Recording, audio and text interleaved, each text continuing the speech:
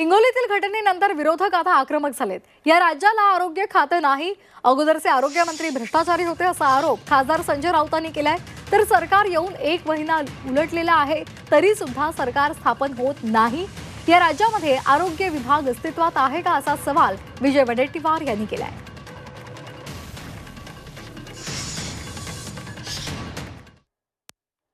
या राज्याला आरोग्य खातच नाहीये।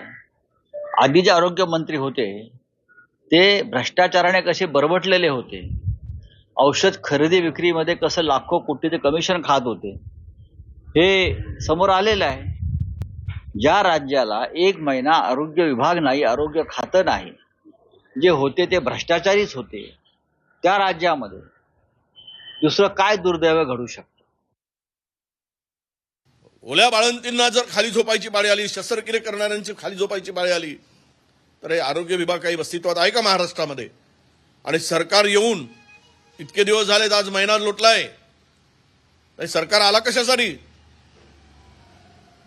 निवळ काय मंत्रीपद, सत्ता, उपमुख्यमंत्रीपद, मुख्यमंत्रीपद मिळवण्यासाठी आहे काय?